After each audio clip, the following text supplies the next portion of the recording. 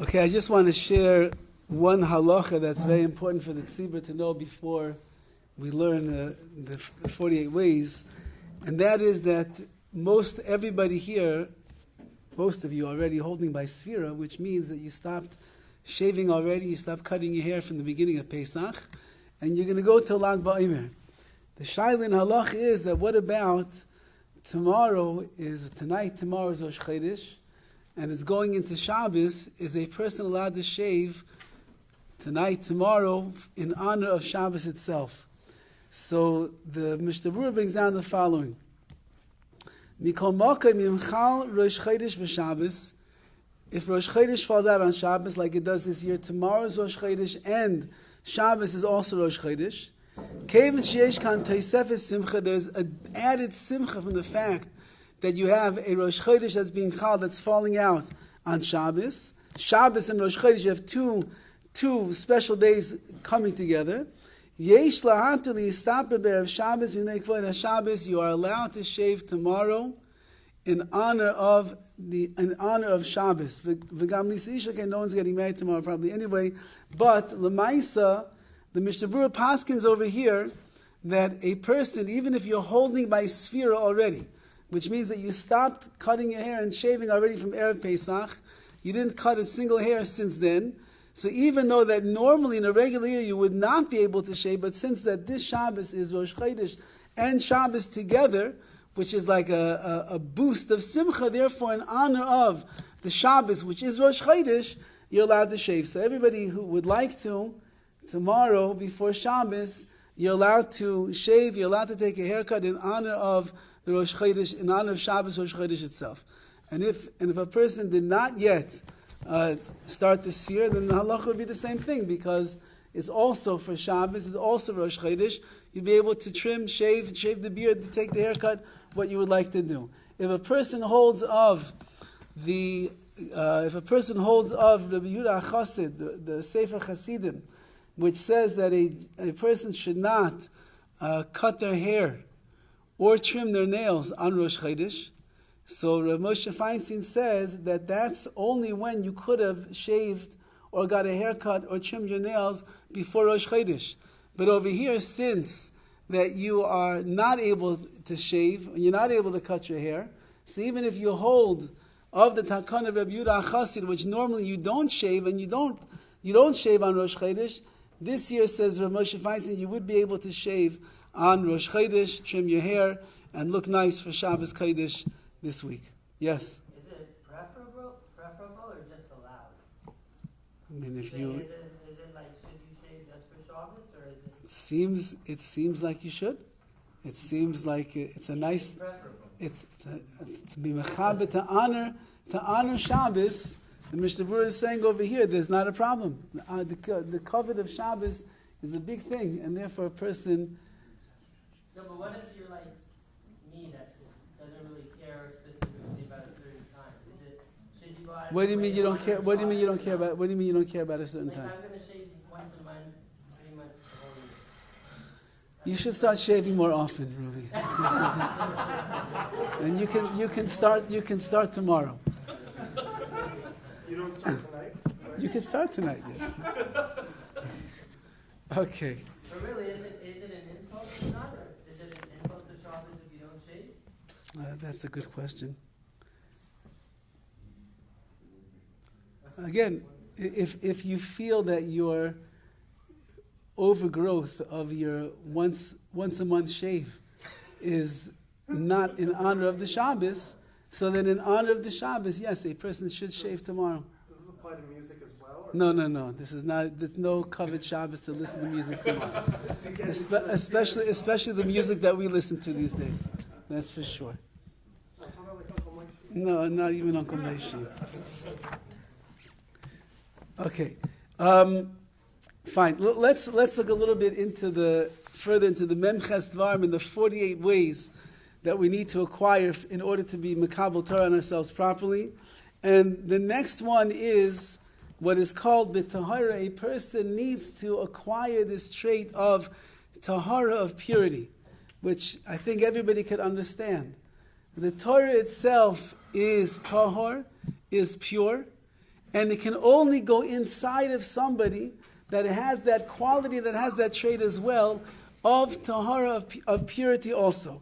Ki ha-Torah ma'aseh taharim, the deeds of Torah, the actions, the mitzvahs are also infused with tahara. V'tzarich she'tahar v'yishtamish b'tahara, and therefore a person needs to be tahar, and he has to be involved and engaged in a life of purity. U'b'makom tahar, he has to be in a place of tahar, and therefore if you really want to be makabel, you really want to be someone that is going to align with the Torah, so we have to be like the Torah itself, which is a life of tahara. Now, what is tahara? So the Mefarshim explain in different ways.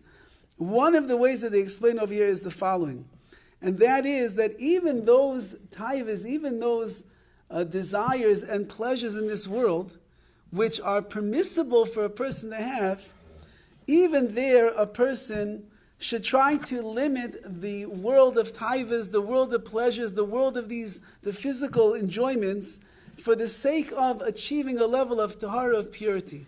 Purity and kedusha, for that matter, is when a person begins to distance themselves from the mundane pleasures that are here in this world. And even again, you're allowed to eat, you're allowed to have relations, you're allowed to do many things physical. Nevertheless, even within what you're allowed to do, a person should look for a way that they could curtail a little bit of the extra involvement and the pleasure that is there for the sake of their tahara, of their purity, because in that way they will be able to align themselves more with the Torah.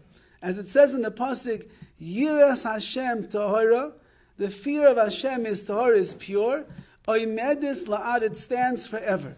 And therefore, as we mentioned previously, there is a great yira, an awe and a trepidation and a fear that a person has when they engage themselves in the study of Torah. It allows them to be able to fuse their mind together with the mitzvahs that are there and try to get clarity so that they understand how they're supposed to be living in the right way. And therefore, the more that a person can infuse into their life a standard of tahara, of purity, so then that itself will be a beneficial way that a person will be able to connect themselves with the Torah more. So we live in a very un-tahara world. We live in a world now, it's already became summertime in Los Angeles, as you can see from the streets, or maybe you don't want to see from the streets. That means that the impurities of the streets have already begun, and as we've mentioned many times over the years, whoever can figure out how to drive in Los Angeles with your eyes closed, please give us a class, because it will be very beneficial for our tahara, for our purity. But lemaisa, at the end of the day, a person has to do what they can to try to remain as pure as possible. The more Torah that you learn as well, it conditions your mind, it conditions your heart to be able to be someone that is looking for opportunities of tahara, and we're steering clear of those things which are the tumah, the impurity, because we know there's only hampering our avodah, our service of HaKadosh Baruch Hu and the learning of Torah. The next trait is b'shimush chachamim, is shimush, serving chachamim. For anyone who's learning the Daf Yomi, so these are mamish, the Gemaras that we learned yesterday and today, speaking all about that a person who learns Mikra, he learns Torah, Mishnah, and he learns Torah Sheba'al Peh, at least Mishnayos and some of the Halacha, but he's not Mishamish Talmidei Chachamim. He does not spend his time being around Talmidei Chachamim. He's called an Amaretz, he's called an ignoramus when it comes to the world of Torah. And we mentioned, and Rashi speaks out over there, that Rashi's talking about in the Gemara, that if you only learn Psukim and you only learn Mishnah, and you never get into the Gemara itself to be able to understand the Talmudic debates that are taking place, so that you can get a clarity of what the halacha is, you will never come to the ultimate halacha, the real law, the real emes of the Torah without that. So you need Talmidei Chachamim who are well versed in Gemara, that are well versed in the Talmud, that are well versed in the way that things work, so you'll be able to have the clear understanding of what the Torah, the Psukim, and the Mishnayos are talking about. But perhaps a more pashut pshat is like some of the Mefarshim say. And the reason that we need to be mishamish, we need to be around Talmidei Chachamim, like the Gemara in Brachas says, Gedoli Shimusha Milimuda, Greater is the shimush, is the serving of Talmidei Chachamim being in their presence than there is in the actual learning itself. Because when you learn, it could be very dry learning. And it could be very technical, and it could be very much intellectual in your brain. However, when you're around Talmidei Chachamim, and you see the way that they live the Torah, they're not just learning the Torah, they're living the Torah. You see the way that he keeps Shabbos, you see the way that he guards his mouth from Lashon Hara, you see the way that he deals with another person, how he speaks to people, his midos, his character, how he walks with humility. When you see the way that Talmidei Chachamim live, so then it enhances your understanding of the Torah itself. It changes things around completely. It brings the Torah to life. Torah itself is called Torah's Chaim. It's a Torah of life. The way that it comes to life is when you are around people that are living examples of what the Torah is. If you just learn, or you just go to a shir and then you walk out of the shir afterwards, and you leave it to your own self to try to figure out exactly how you're going to implement this into your life, so that's a much lower level than when a person surrounds themselves to the best of their abilities with the scholars, with the sages, people that are living in such a way. You will learn more. I had many times the schus to take Rabbi Schwartz different places and spend sometimes hours and hours and hours with him. And I can tell you from those conversations and the way in which he lived his life and the way that he does things, I probably learned more than maybe some of the greatest shiurim and shmuzim I'd ever heard from before. So when a person is together with their rebbeim, I had other great people that I had the schus to drive with and be with and spend time with, and you see different sides of them than you see in the Beis HaMidrash. You see different sides of them than you'll see even sometimes in their home, and you'll see a life of Torah that transcends any place that they will possibly find themselves in. The more that you can be close to Talmidei Chachamim, the more that we can be close to them and we can see the way that they live, so the more that it gives us a charge of what we want the Torah to do to us as well. The Torah, when a person learns Torah, it's supposed to change us. It's not supposed to stay up here.